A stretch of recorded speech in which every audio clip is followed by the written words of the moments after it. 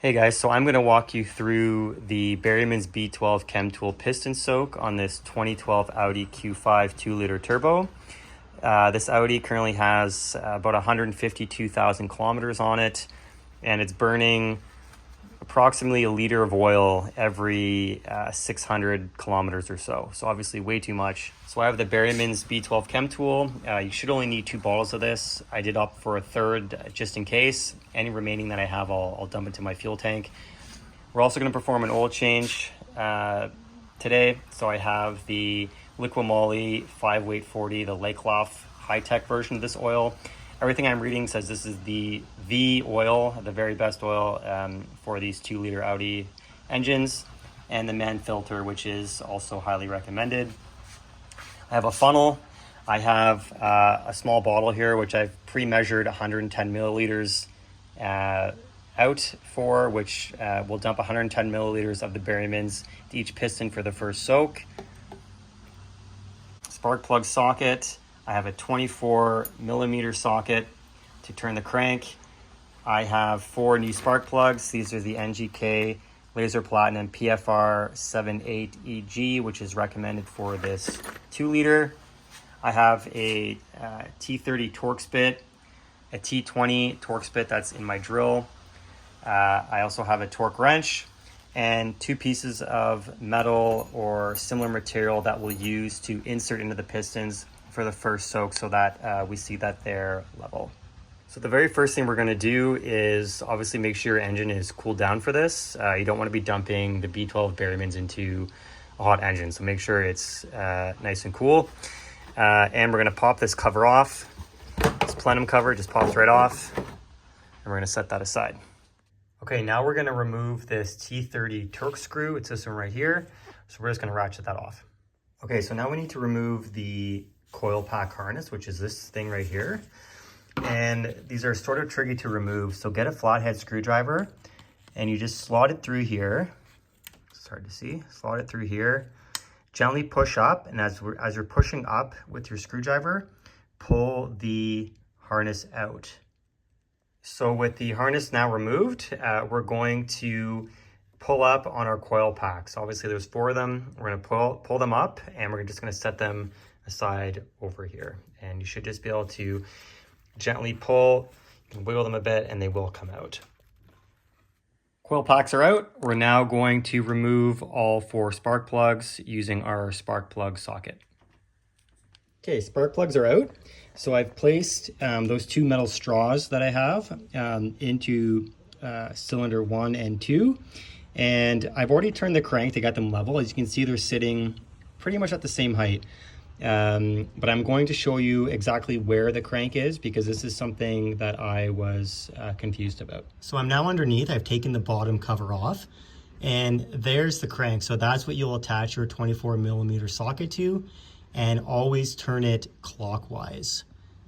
So that's what I've done, and that's where you'll crank it every 6 hours when you pour your Berryman's in. Okay, we're now ready to pour in our Berryman's. So each can of Berryman's is 444 milliliters. So that's why we've pre-measured 110 milliliters per each cylinder.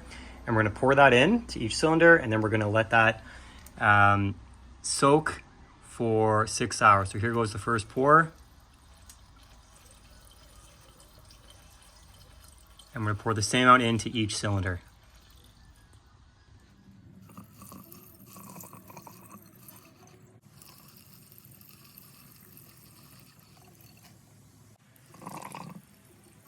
Okay, we're now gonna let that sit for 6 hours. I'm just gonna cover up the pistons with a clean rag, just so that nothing falls in there over the next 6 hours. So what's gonna happen now is this is gonna cook for 6 hours. We're gonna come back 6 hours later, turn the crank, pour more Berryman's in, and then repeat the process.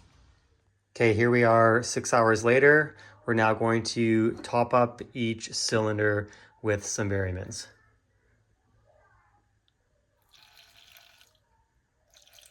And we're also going to turn the crank a few times.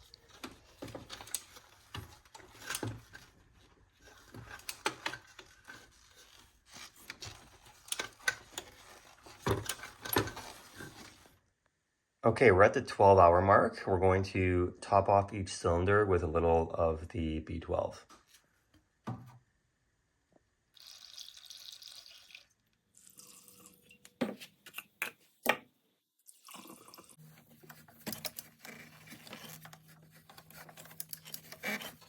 We're at the 18-hour mark now, and this is going to be our final top up with the B12.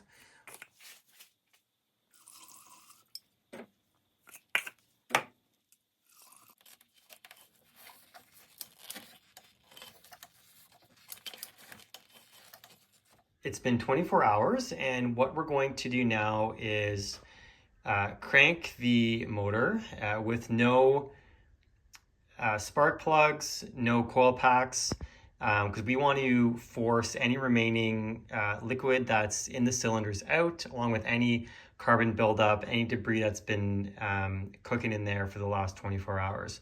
So what we're going to do is we're going to place some clean rags over the cylinders, and you can even get some wood, something light, to just try to keep those down in place so that they don't fly off when we crank the engine here. So here we go. Now what we're going to do is replace the original spark plugs, not your new ones, your old ones. We're going to put those back in. We're going to put the coil packs in, get everything connected again, and then start the car. The old spark plugs are back in now. Our coil packs are back in and connected to the harness. So what we're going to do now is attempt to start this, and it's going to be ugly. There's probably going to be misfires. Definitely it's going to be some hesitation, but hopefully it'll start after 15 to 20 seconds or so. Here we go on first startup.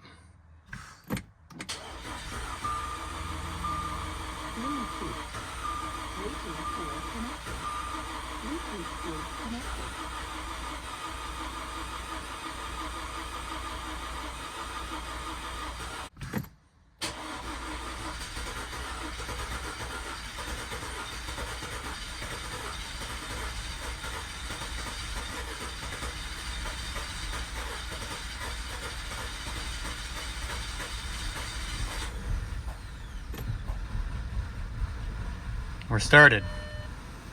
And that is exactly what we want to see. All this gray smoke coming out of the exhaust, that means this is working. So we're gonna let this idle for about 10 minutes and then take it for about a 20-minute drive to clear any other crap out of there. Okay, so it's been about 10 minutes of idling. It is idling pretty rough, as to be expected. We're still getting some white smoke out of the exhaust, which is also to be expected. I am getting misfires, so we're gonna get in the car now and take it for a drive and see if that clears any of this remaining stuff out. Okay, so after about 30 minutes of hard driving, I'm getting no check engine lights, no misfires, and the vehicle is idling incredibly smooth, smoother than it did before the piston soak, that's for sure. So now I'm going to pop the hood, put the new spark plugs in, and change the oil. Okay, so I'm doing the oil change now. So I've pulled the oil pan plug out with the T40 Torx bit, and I'm just letting it drain now. So as the oil pan is draining, we can go ahead and remove our filter. These, I've already loosened this a little bit, but you should be able to loosen these up by hand. You don't need to crank these down too hard. Hand tightening them is fine. So this came off relatively easy, so I'm just going to unscrew this.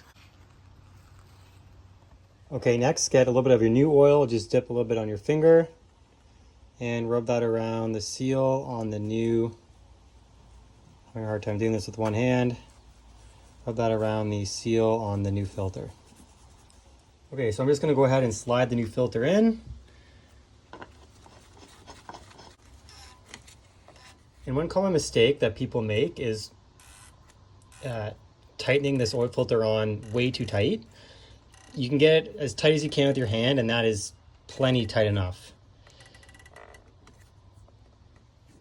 All right, now that all the oil is drained out, we're going to put in our oil pan plug and torque it down to 22 pounds. The Audi 2 liter takes 4.6 liters of oil. So we're going to slowly now pour that in. All right, we've got our new spark plugs put in. We've also torqued them to 22 foot-pounds.